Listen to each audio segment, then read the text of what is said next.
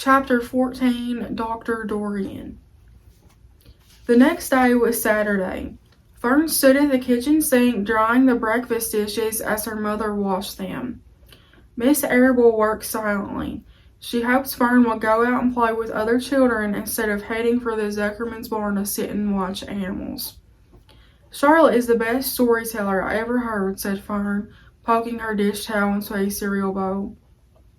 Fern, said her mother sternly, you must not invent things. You know spiders don't tell stories. Spiders can't talk.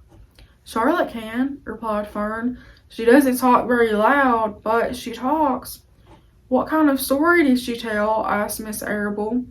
Well, began Fern, she told us about a cousin of hers who caught a fish in her web. Don't you think that's fascinating? Fern, dear, how would a fish get in a spider's web? Said Miss Arable. You know it couldn't happen. You're making this up. Oh, it happened all right, replied Fern. Charlotte never fibs. This cousin of hers built a web across the stream. One day she was hanging around on the web and a tiny fish leaps into the air and got tangled in the web. The fish was caught by one fin, Mother. Its tail was wildly thrashing and shining in the sun. Can't you just see the web sagging dangerously under the weight of the fish? Charlotte's cousin kept slipping in, dodging out, and she was beaten mercilessly over the head by the wildly thrashing fish, dancing in, dancing out, throwing... Fern, snaps her mother, stop it, stop inventing these wild tales. I'm not inventing, said Fern, I'm just telling you the facts. What finally happened? Asked her mother, whose curiosity began to get the better of her. Charlotte's cousin won. She wrapped the fish up, then she ate him when she got good and ready. Spiders have to eat the same as the rest of us. Yes, I suppose they do, said Miss Arable vaguely.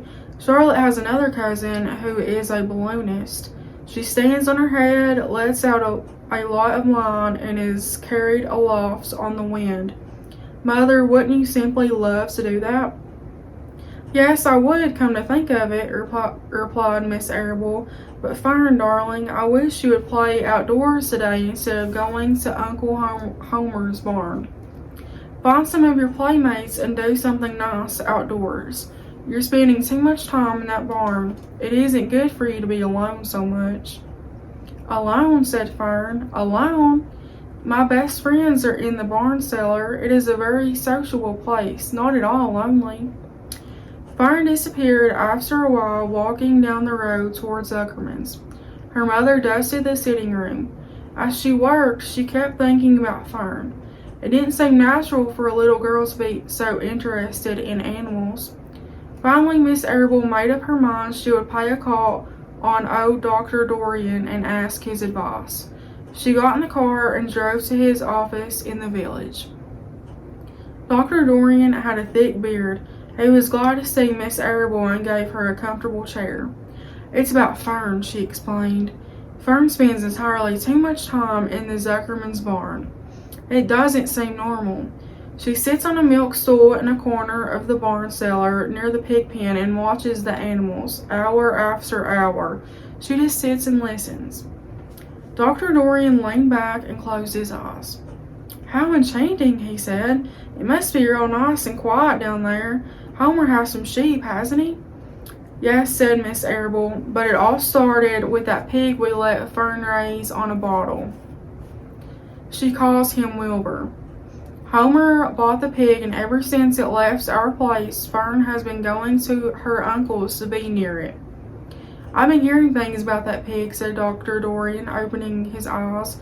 They say he's quite a pig. Have you heard about the words that appeared in the spider's web? Asked Miss Arable nervously.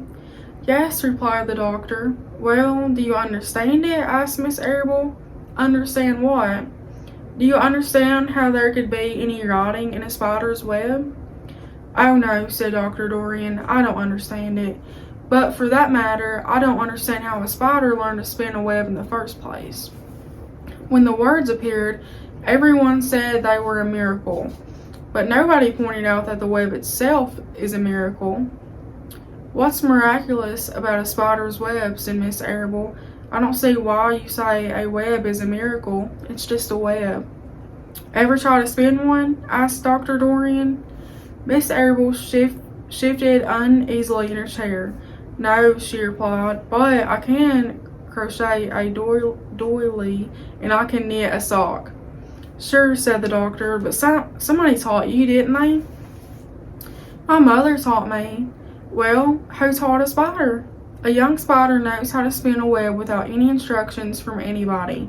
Don't you regard that as a miracle? I suppose so, said Miss Arable. I never looked at it that way before. Still, I don't understand how those words got into the web. I don't understand it, and I don't like what I can't understand.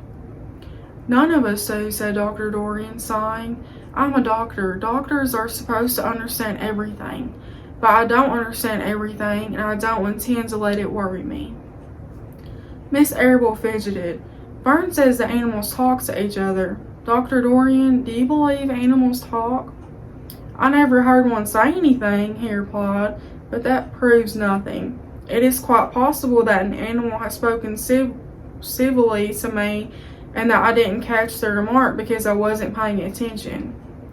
Children pay better attention than grown-ups. If Fern says that the animals in Zuckerman's barn talk, I'm quite ready to believe her. Perhaps if people talked less, animals would talk more. People are incessant talkers. I can give you my word on that. Well, I feel better about Fern, said Miss Arable. You don't think I need to worry about her? Does she look well? Asked the doctor. Oh, yes. Appetite good? Oh, yes, she's always hungry. Sleep well at night? Oh, yes. Then don't worry, said the doctor.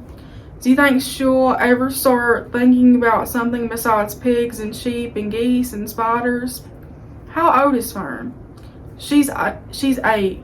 Well, said Dr. Dorian, I think she will always love animals, but I doubt that she spends her entire life in Homer Zuckerman's barn cellar. How about boys? Does she know any boys? She knows Henry Fussy, said Miss Arable brightly.